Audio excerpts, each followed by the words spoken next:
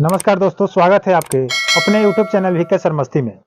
तो आज हम लोग एक ऐसे अपडेट को जानेंगे जिस अपडेट को लेकर सभी पब्लिक को परेशानियां हो रही है और दिक्कतें आ रही है।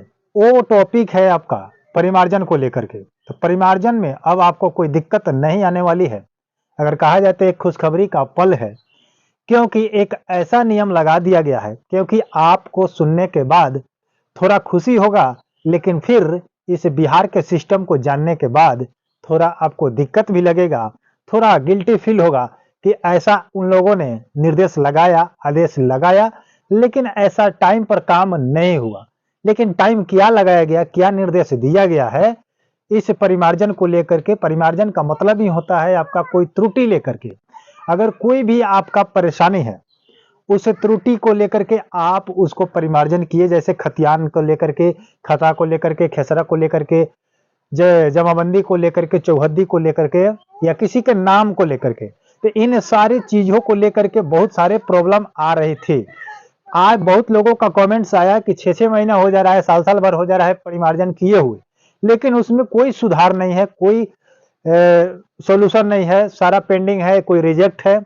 तो अब आपको मैं बता दूं कि ये पेपर अब आपका परिमार्जन में जो भी डालेंगे अब आपका रिजेक्ट नहीं होगा। क्यों नहीं होगा, इसके पीछे का कारण है, और क्या कारण है आज इस वीडियो के माध्यम से हम लोग क्लियर करने जा रहे हैं।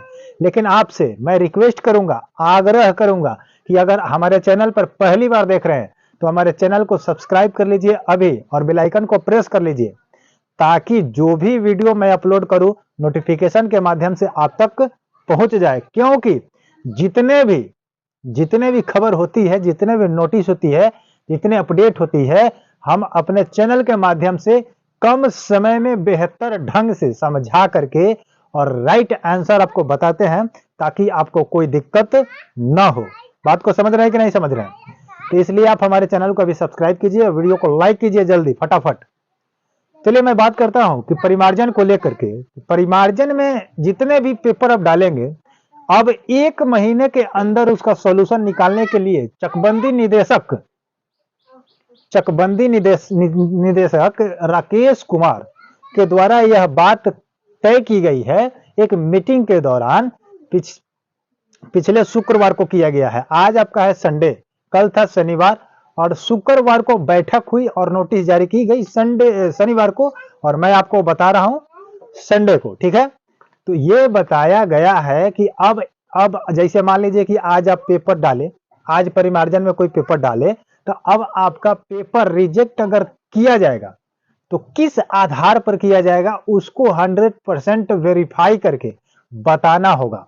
अगर बिना बताए अगर रिजेक्ट करते हैं तो उन पर कार्रवाई की जाएगी। अगर 1 महीने के भीतर केसेस अगर कोई भी दिक्कत नहीं आ रहा तो उस केस का यानी कि उस परिमार्जन को ठीक करके उनको दे देना है, निपटारा कर देना है। लेकिन 6 महीना पहले का जो है, 3 महीना पहले का जो किया हुआ है अभी तक नहीं हुआ है, उसके लिए सभी अंचलों में एक अभियान चलाया जाएगा, उसको एक अलग से बैठक करके उसको निपटारा किया जाएगा।